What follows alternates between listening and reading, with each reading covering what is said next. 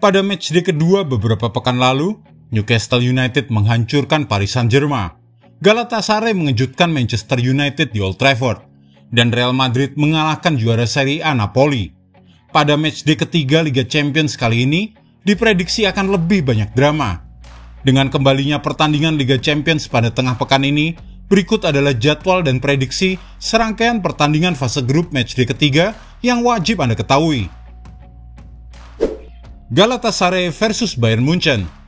Galatasaray memberikan salah satu kejutan terbesar musim ini dengan kemenangan 3-2 atas Manchester United di matchday kedua, dan akan mencoba meraih kemenangan beruntun dalam kompetisi ini untuk pertama kalinya sejak Desember 2012. Kini mereka harus melakukan sesuatu yang belum pernah mereka lakukan sebelumnya, yaitu memenangkan pertandingan kandang melawan raksasa Liga Jerman Bayern Munchen. Tim asal Turki ini mencatatkan 5 gol mereka yang dicetak oleh 5 pemain berbeda. Dan mereka perlu tampil bagus dalam pertandingan ini untuk menghentikan Bayern Munchen yang telah memenangkan 5 pertemuan terakhir dengan tim dari Turki dengan agregat skor 18-1. Galatasaray diprediksi tak punya banyak harapan, kecuali mereka bisa membuat keajaiban. Peluang kemenangan mereka hanya sebesar 18% dibandingkan Bayern Munchen yang sebesar 61,9%. Inter Milan versus RB Salzburg. Inter Milan punya peluang kemenangan tertinggi dibandingkan dengan tim lainnya di matchday ketiga ini. Skuad Simone Inzaghi punya peluang sebesar 70,9% untuk bisa mengalahkan Salzburg. Inter memiliki rekor tak terkalahkan dalam 6 pertandingan di kandang dalam Liga Champions dengan 5 kemenangan dan 1 seri, dan berhasil menjaga clean sheet dalam 5 kemenangan mereka dalam rentetan ini. Namun Inter tetap harus waspada.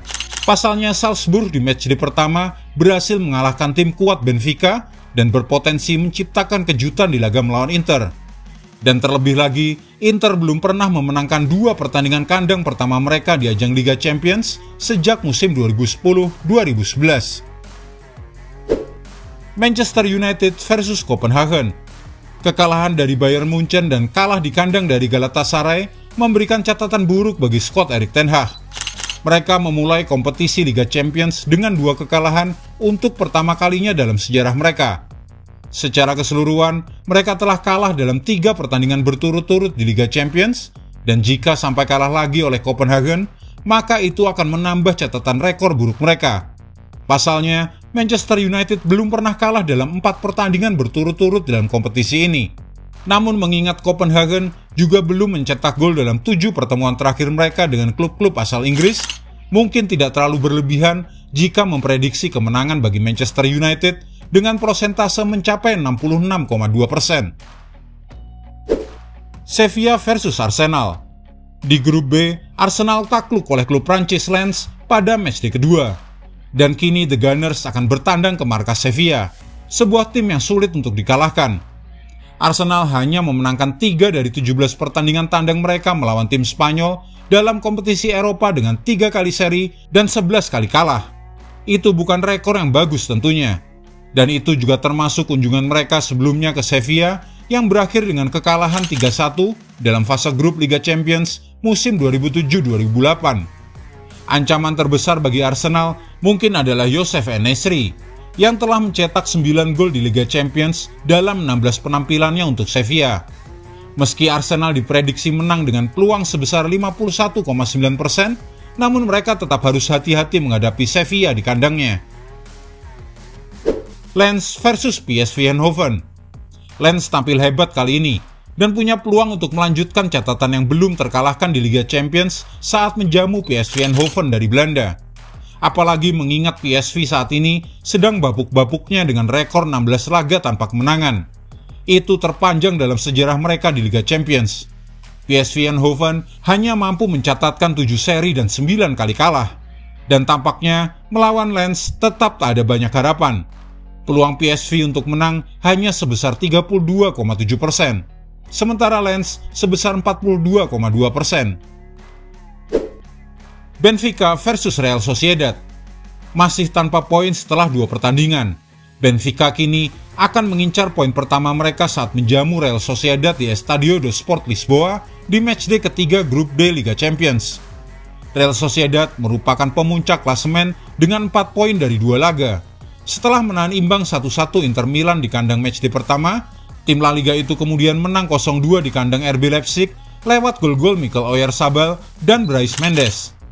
Benfica diprediksi akan mampu untuk mengalahkan wakil La Liga Real Sociedad dalam laga matchday ketiga grup D ini. Namun tetap itu bukanlah tugas yang mudah bagi klub asal Portugal itu. Union Berlin versus Napoli. Di grup C, Napoli akan bertandang ke Jerman untuk menghadapi Union Berlin. Setelah debut Union Berlin di Liga Champions dengan kekalahan dramatis 1-0 dari Real Madrid di matchday pertama, mereka kemudian kalah dari Braga dengan skor 2-3 di kandang meski sempat unggul 2-0. Napoli secara logis menjadi favorit pemenang di pertandingan ini, mengingat buruknya kinerja Berlin. Apalagi pasukan Rudi Garcia tidak terkalahkan di pertandingan tandang mereka di semua kompetisi di musim ini. Kemenangan 3-1 atas Verona di akhir pekan juga akan meningkatkan kepercayaan diri Napoli setelah kekalahan beruntun dari Real Madrid dan Fiorentina. Jadi mereka harus menang melawan Berlin. Braga versus Real Madrid. Setelah tersendat di Liga Domestik, Real Madrid berharap bahwa mereka bisa mempertahankan rekor sempurna mereka di Liga Champions saat bertandang ke markas Braga. Peluang kemenangan Braga sebesar 17,4% adalah salah satu yang terendah di antara semua tim yang bermain di kandang sendiri di matchday ketiga ini. Real Madrid juga memiliki kesempatan untuk mencatatkan rekor baru dengan mengalahkan tim ke-108 yang berbeda dalam sejarah Liga Champions dalam pertemuan pertama mereka dengan klub asal Portugal ini. Feyenoord versus Lazio. Saat persaingan ketat di grup E berlanjut, Feyenoord dan Lazio akan melanjutkan perjuangan mereka untuk bisa lolos ke fase gugur Liga Champions. Manajer Arne Slot sangat kecewa dengan kekalahan mereka di kandang Atletico Madrid di matchday kedua di Wanda Metropolitano, karena sejatinya mereka berhasil 2 kali mengungguli tuan rumah. Lazio di sisi lain meraih kemenangan perdana mereka di fase grup ini setelah kemenangan dramatis atas tuan rumah Celtic dengan skor 1-2, menindaklanjuti hasil dramatis lainnya dalam laga imbang 1-1 melawan Atletico Madrid di matchday pertama. Feyenoord akan berharap untuk bisa melanjutkan performa mereka yang bagus di kandang setelah memenangkan 5 pertandingan kandang terakhir di semua kompetisi dengan mencetak 21 gol dan hanya kebobolan 3 gol. Terakhir kali kedua tim bertemu pada 2022 lalu di babak penyisihan grup Liga Eropa, dan keduanya saling mengalahkan saat bermain di kandang mereka. Pertandingan ini bisa berakhir imbang. Barcelona versus Shakhtar Donetsk.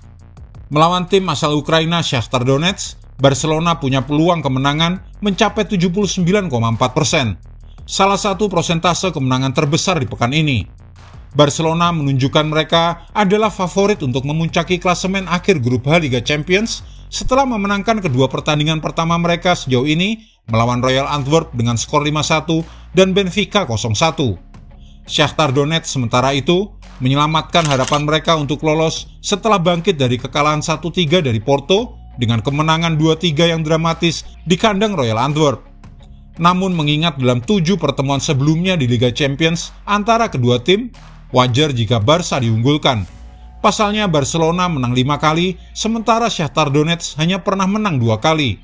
Terakhir kali mereka menang atas tim Katalan itu pun di musim 2008-2009. Kita beralih ke pertandingan hari Kamis. Newcastle United versus Borussia Dortmund. Newcastle United yang sedang berada dalam kepercayaan diri tinggi akan berusaha melanjutkan tren positif mereka saat menjamu Borussia Dortmund. Awalnya banyak yang menertawakan Newcastle yang kembali ke Liga Champions untuk pertama kalinya sejak 2003, namun kemudian langsung masuk grup neraka bersama klub-klub top Eropa lainnya. Namun pasukan Eddie Howe berhasil membuktikan bahwa justru merekalah yang harus ditakuti.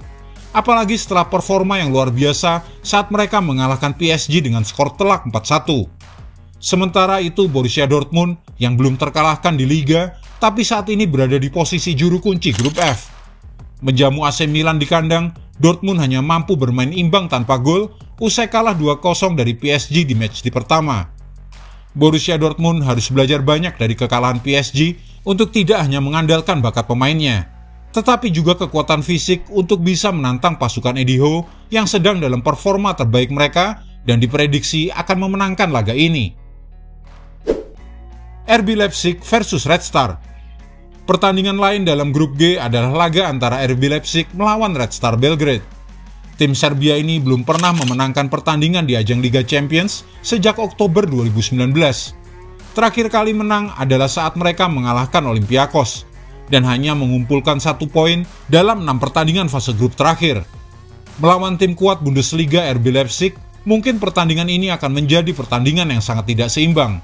Dan RB Leipzig pun punya salah satu persentase kemenangan mencapai 74,1% untuk mengalahkan Red Star, salah satu persentase kemenangan tertinggi di matchday ketiga. Young Boys versus Manchester City. Manchester City juga jauh lebih diunggulkan untuk memenangkan laga di kandang Young Boys, dengan persentase kemenangan mencapai 77%. Sang juara bertahan Manchester City tampil kuat dengan 2 kemenangan dari 2 pertandingan pertama mereka musim ini di Liga Champions.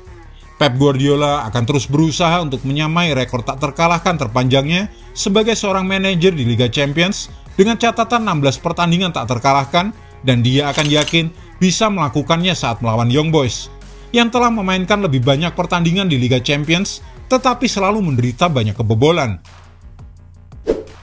PSG versus AC Milan.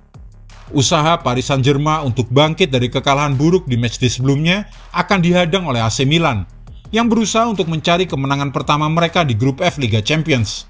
AC Milan masih belum meraih kemenangan ataupun mencetak gol di 2 laga pertama mereka, dan hanya meraih 2 poin dari 2 pertandingan imbang tanpa gol.